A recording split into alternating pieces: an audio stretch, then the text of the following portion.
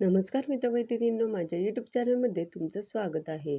मंडळी, गुढीपाडव्यापासून आपल्याकडे नवीन वर्षाची सुरुवात होते, जी यंदा होणार आहे 19 मार्चपासून. मग आता गुढीपाडव्यापासून सुरू होणारं हे नवीन वर्ष तुमच्या राशीसाठी कसं असणार आहे?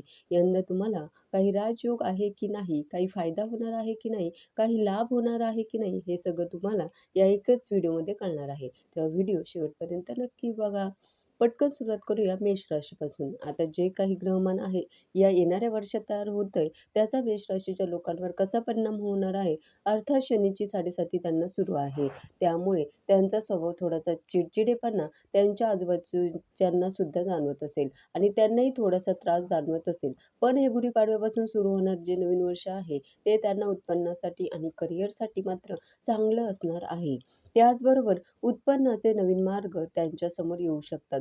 सगळ्यात महत्त्वाची गोष्ट म्हणजे करिअरच्या दृष्टिकोनातून मोठा बदल देणारं हे वर्ष ठरू शकतं. प्रगतीची संधी मिळू शकते. नवीन काम किंवा व्यवसाय सुरू करण्यासाठी सुद्धा हा काळ चांगला आहे. एकंदरीतच आर्थिक स्थितीमध्ये सुधारणा करणारा आणि प्रगतीचा हा काळ मेष राशीसाठी असू शकतो. पण 7.5 सुरू आहे, त्यामुळे तब्येतीची काळजी घ्यायची आहे. डोळ्यांच्या तक्रारींकडे खास करून दुर्लक्ष करायचं नाहीये. आता वळूया वृषभ राशीकडे.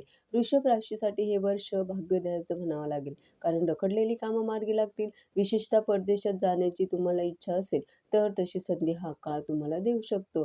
पदोन्नती, मानसन्मान मिळू शकतो. कुटुंबात एखादं शुभ कार्य सुद्धा होण्याची शक्यता आहे.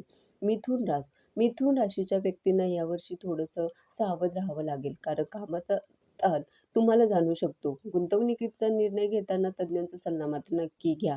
व्यवसायाच्या बाबतीत सांगायचं झालं, तर जर तुम्ही व्यवसायात भागीदारी असाल, तर त्यामध्ये जास्तीत जास्त पारदर्शकता ठेवण्याचा प्रयत्न करा. आरोग्याकडे तुम्हाला सुद्धा या वर्षामध्ये लक्ष द्यावं लागणार आहे. आता वळूया कर्क राशीकडे. कर्क राशीसाठी हे वर्ष आनंदाचं असेल. गुरूची कृपा तुमच्यावर कायम राहील, ज्यामुळे तुमची आध्यात्मिक आणि बौद्धिक प्रगती होईल. जोडीदारासोबत तुमचे संबंध मधुर होतील. विद्यार्थ्यांसाठी सुद्धा कर्क राशीचे जे विद्यार्थी आहेत, त्यांच्यासाठी सुद्धा हे वर्ष अत्यंत यशदायी म्हणावं लागेल. आता वळूया सिंह राशीकडे. सिंह राशीच्या लोकांसाठी हे वर्ष नवीन संधी आणि नवे आव्हान घेऊन येणारं ठरणार आहे. अर्थात जेव्हा नवीन आव्हान समोर येतात आणि त्या आव्हानांना आपण पार करतो, तेव्हा आपल्यासाठी नव्या संधी वाट बघत असतात किंवा बरेचदा नवीन संधी येतात.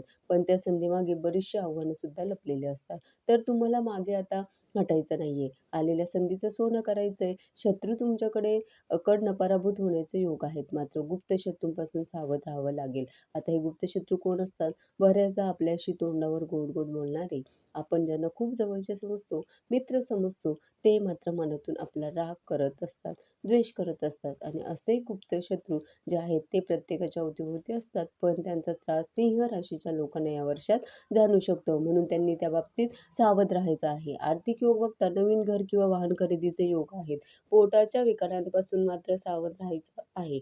आता वळूया कन्या राशीकडे. तुम्हाला तुमच्या कष्टाचं योग्य फळ आता हे वर्ष देणार आहे. समाजात तुमची प्रतिष्ठा वाढेल. जुन्या कर्जातून मुक्ती मिळण्याची शक्यता आहे. नवीन नोकरीच्या शोधात असलेल्यांना हे वर्ष यश देऊन जाईल. प्रेमाबाबतीत बोलायचं झालं तर वैवाहिक जीवनात सुसंवाद राहील. आता आपण वळणार आहोत तूळ राशीकडे. तूळ राशीसाठी हे वर्ष आर्थिक समृद्धीचं असणार आहे. गुढीपाडव्यापासून तुमच्यावर शनिदेवांची कृपा होते असं म्हणायला हरकत नाही. त्यामुळे तुमची प्रलंबित कामं सुद्धा पूर्ण होतील. शेअर मार्केटमध्ये दीर्घकालीन गुंतवणूक करणं फायद्याचं ठरेल. मुलांच्या प्रगतीने सुद्धा तुम्हाला आनंद होणार आहे. मुलांची प्रगती ही तुमच्यासाठी या वर्षामध्ये महत्त्वाची असणार आहे. आता वळूया वृश्चिक राशीकडे. वृश्चिक राशीच्या लोकांसाठी हा काळ मेहनतीचा असू शकतो. कामाचा थोडासा ताण वाढवणारा असू शकतो. शत्रू आणि स्पर्धकांवर विजय मिळवण्याची संधी मात्र तुम्हाला मिळेल आणि प्रयत्न केल्यास यश सुद्धा निश्चित मिळू शकते. धनुराशीसाठी हा काळ अत्यंत शुभ मानला जाऊ शकतो. प्रेमसंबंध मजबूत होण्याची शक्यता आहे. सर्जनशील कामात तुम्हाला यश मिळेल. नवनिर्मितीच्या कामात तुम्हाला यश मिळेल. आर्थिक लाभ सुद्धा या वर्षामध्ये आहे. आनंद आणि उत्साह वाढवणारा काळ धनुराशीसाठी असणार आहे. मकर राशीच्या लोकांसाठी घर आणि कुटुंबाशी संबंधित घडामोडी वाढू शकतात. घरात शुभ कार्याची शक्यता आहे. मालमत्तेशी संबंधित व्यवहारात फायदा होणार आहे. कुटुंबासोबत चांगला वेळ घालवण्याची संधी मिळेल. घरातला आनंद एकंदरीतच हा काळ वाढवणार आहे. आता वळूया कुंभ राशीकडे. कुंभ राशीसाठी नवीन कल्पनांचा हा काळ असेल. नवीन व्यावसायिक योजना तुम्ही राबवू शकता.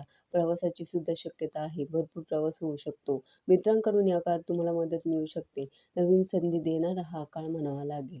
मीन राशीसाठी आर्थिकदृष्ट्या चांगले परिणाम हा काळ देऊ शकतो. उत्पन्न वाढवण्याची शक्यता आहे. गुंतवणुकीतून सुद्धा फायदा होईल. एकंदरीतच मीन राशीच्या लोकांचा आत्मविश्वास वाढणार आहे आणि आर्थिक स्थैर्य सुद्धा हा काळ तुम्हाला देणार आहे.